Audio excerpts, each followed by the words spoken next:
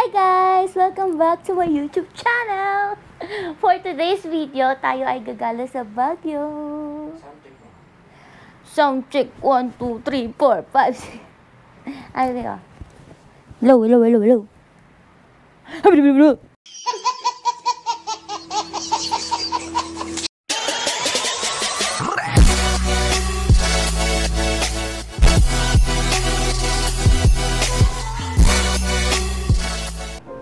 Hey yo, what's up sa inyo mga kaibigan? Good morning sa inyo. And update nga lang namin kayo guys is May 15 na ng umaga, no?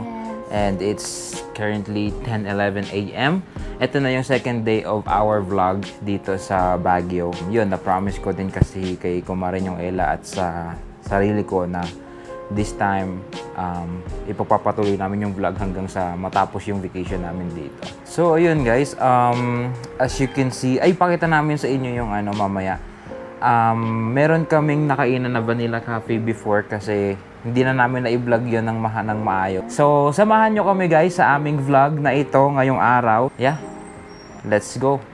Let's stroll Baguio. Hey guys, what's up, what's up? Nandito na tayo ngayon sa coffee project. Ang ganda dito guys, sabi ni Kumarin yung Ella, bagong gawa daw to. Ang ganda, di ba? Doon pwede kang mag upo-upo, ganyan. Dito din. Tapos may nakasulat na burn. Hindi ko lang kung ano yan. So, panik tayo dito. Ang ganda ng coffee project guys, oh. Ang aesthetic na niya. Yan nyo guys. Pag pumasok pa tayo sa loob, ang ganda. Nagwa-vlog din siya. Hi guys! Ayan. Ang ganda dito guys, super. Very aesthetic. Tsaka as you can see, ang daming butterfly. Ang saya ko lang. Tama yung view guys. Ang sarap lang mag-relax dito. No? Yeah. Yung tipong wala kang gagawin kundi tignan yung kapaligiran. And ayan. Kaso nakakahingal nga lang talaga. Yung palang ginawa ko, hinihingal na ako. No? So, ayan. Andito yung loob, guys. Dito pa lang sa labas, ang ganda-ganda na niya. So, what more pa kaya pag nasa loob ka na? No? Ayan yung buong establishment. Ang ganda. Ayan. So, guys, ang ganda ng ang ganda ng rose na to, oh. Kaya, tignan nyo, look. Ang perfect ng pagka-rose niya. Diba? Enjoy ka ba, mahal? Sobrang ganda, opo. Sobrang ganda. Ayos. Yes, yes, yes. So, ayun. Ang babaw ng kaligayahan ko. Alalo ko, meron silang mga pa-garden-garden dun, oh. Kasalukuyan na po kami papasok, guys. Pasok na tayo. So, ayun. Let's go. Look how beautiful their shop is. Ang ganda. Legit. Promise.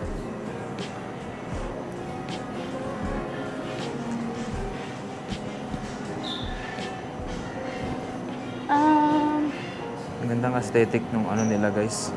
Mo-order na si Kumaring Ella. Magko-cold ba tayo? Yes.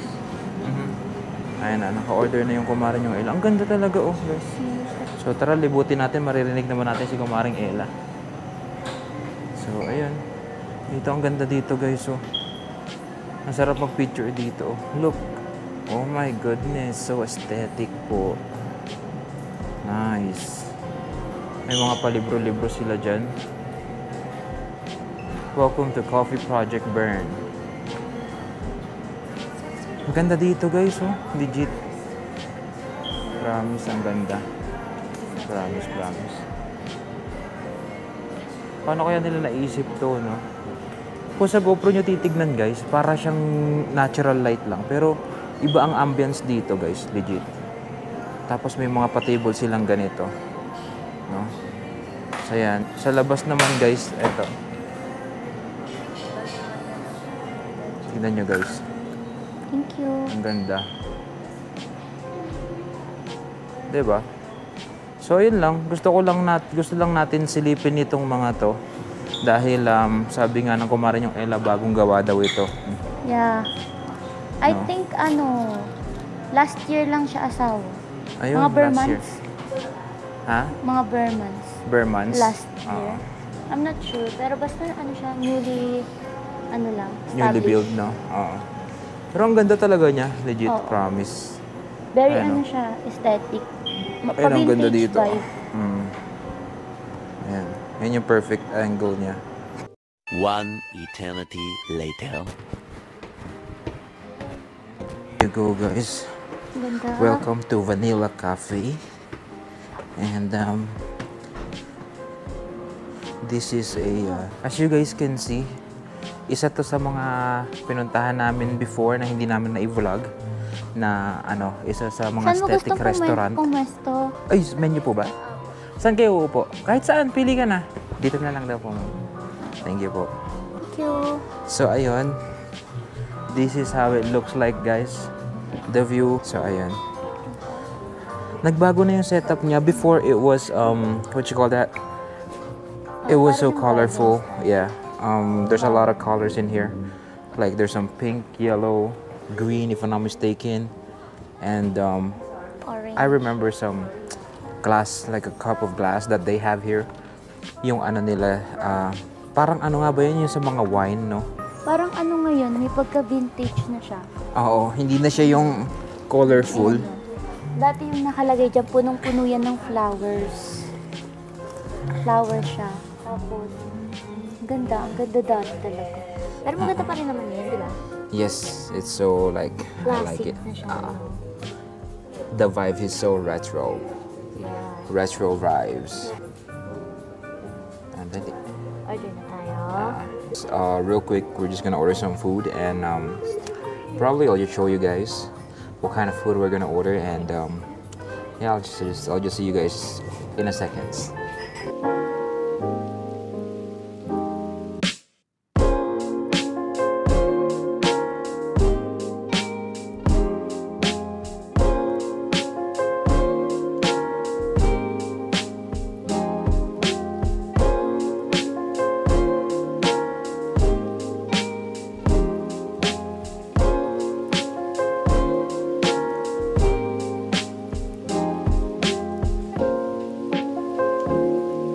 One eternity later. Hey, what's up guys?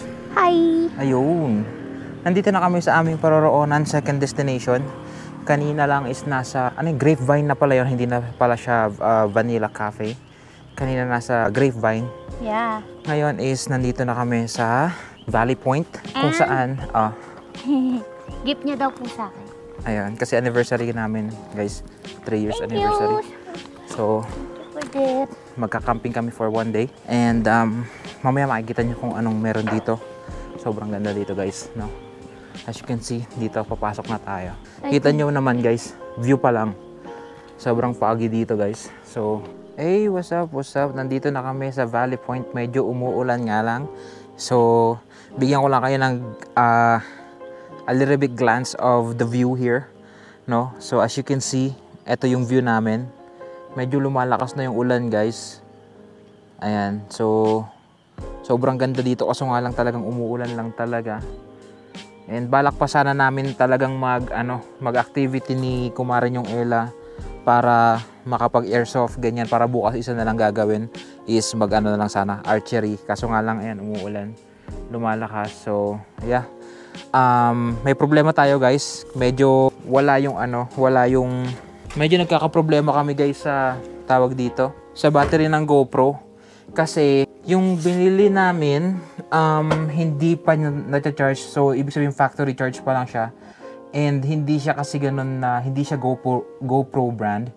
So, hindi ngayon ma-detect ni GoPro camera yung kung ilang percentage na siya. So, namamatay siya ng kusa. Yun yung problema na meron kami ngayon. But the thing is, I think we're gonna go back to our hotel to get the battery charger para ma-charge namin dito overnight kasi hindi na kami uuwi. Kinabukasan na kami uuwi ng hotel namin. Kaya kailangan talaga namin ng battery para maisama namin kayo, guys. So, tignan natin kung ano magiging outcome ng ulan. Sana naman wag nang tumuloy. Kasi as you can see over there, maaraw naman, guys. Ayun, no, maaraw naman dito. Dito lang talaga medyo foggy, no? Medyo dark yung sky.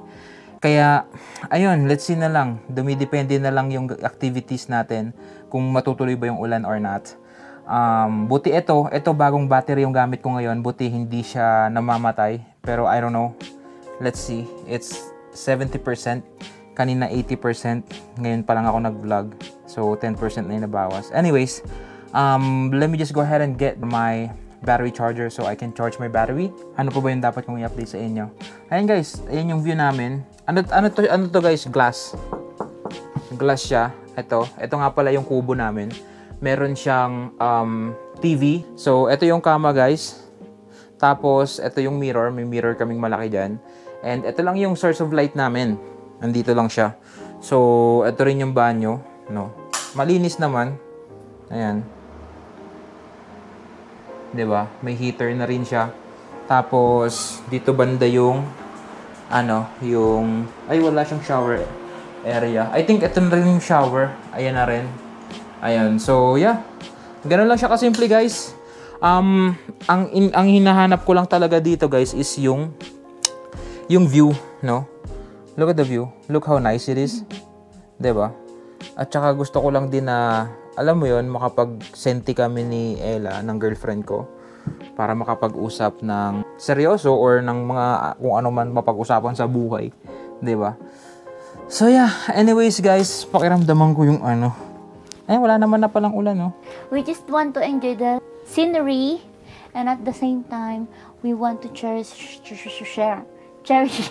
the moments together. So ayun, yun lang. I mean, it's just a simple acts of I would say leisure, if you can call it leisure, no? Time check, it's currently almost 3:40 in the afternoon. And yeah, this is our view.